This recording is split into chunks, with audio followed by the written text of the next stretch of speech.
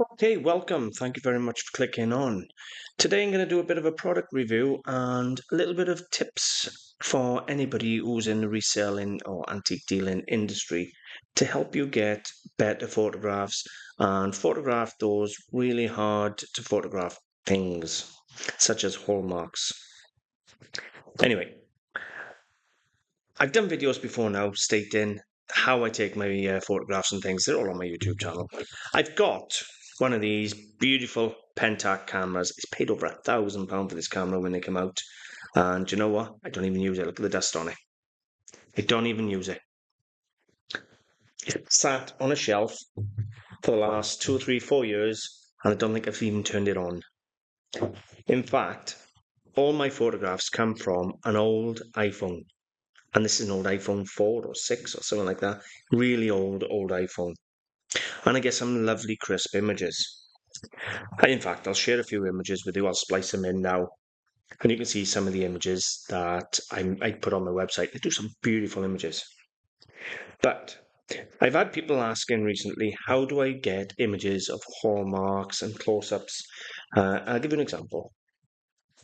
This is supposed to be an 18th century Chinese celadon bowl with calligraphy with a Zhongdi, I believe it's a Zhongdi Ming mark.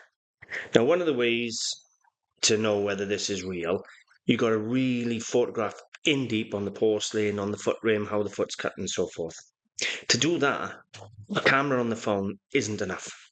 Sometimes it is, but with this case, it wasn't enough. So I thought I have to go and get my kit out. By my kit, I mean this. So I thought, since I got my kit out, I'm going to do a bit of a product review. And it may help somebody. So this isn't a paid review. It's just something I'm doing to help my subscribers and my followers. I often share tips to try and help. So what we're reviewing here is the Pro Phone Camera Lens Kit. I don't have an affiliate account set up, so just go to Amazon or eBay or something and pick this up, and it'll do you a world of good. So what we got? Well, it comes in a hard case here. You've got a tripod here you can mount your phone onto to turn it into a microscope. You've got, I presume, what can only be described as a microscopic lens, so you can really get in ridiculous levels. They come with little lens covers, both ends. That's too powerful for what I need. I don't think I've ever put that on the camera. I've tried it, but I've never used it. Instead, it comes with, hang on, bear with me a second, 3 little attachment lenses. And this is the lens I tend to use. It's the largest of the 3 attachments. Now, nice and simple. This is your applicator. Look how simple that is. Little spring loaded. All you got to do, right, you undo the screw here so that you can open this thicker. Bear with. The wider the screw goes, the more it'll open. The closer the screw goes in, the least it'll open, obviously. Then you have this little piece here that slides up and down. So it will pretty much fit on any phone. I got an old phone and it fits on.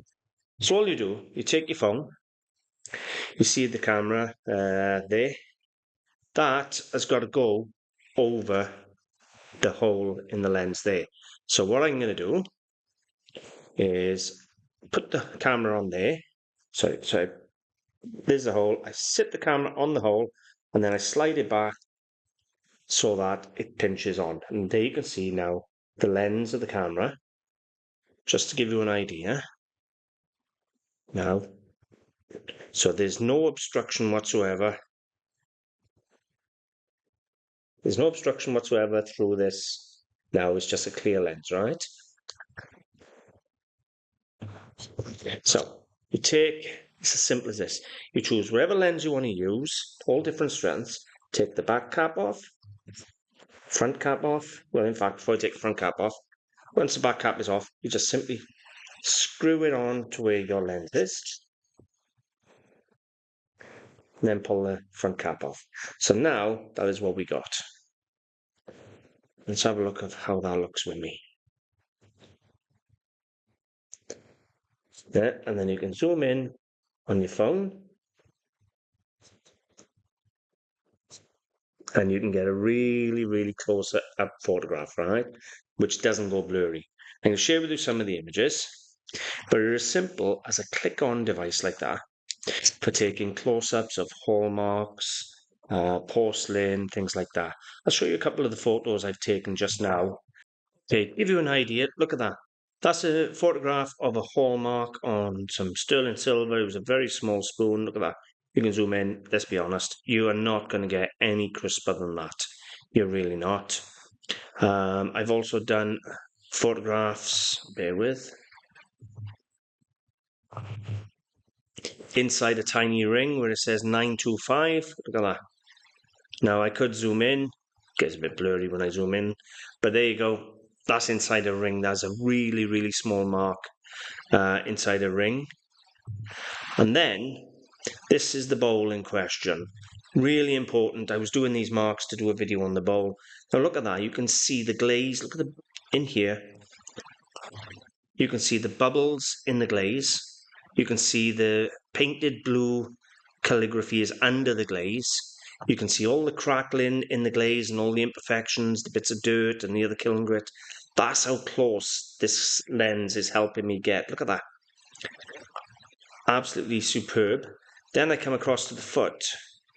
Now, what I don't like about this foot, which you wouldn't get on a normal camera, see these lines here going up and down.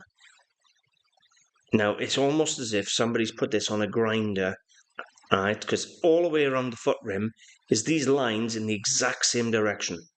Now, you could be cut off the wheel, potter's wheel, I suppose, or cut off the table, whatever it was made on, and that could be the marks. But it's the wrong type of cutting and trimming for a foot in the 18th century.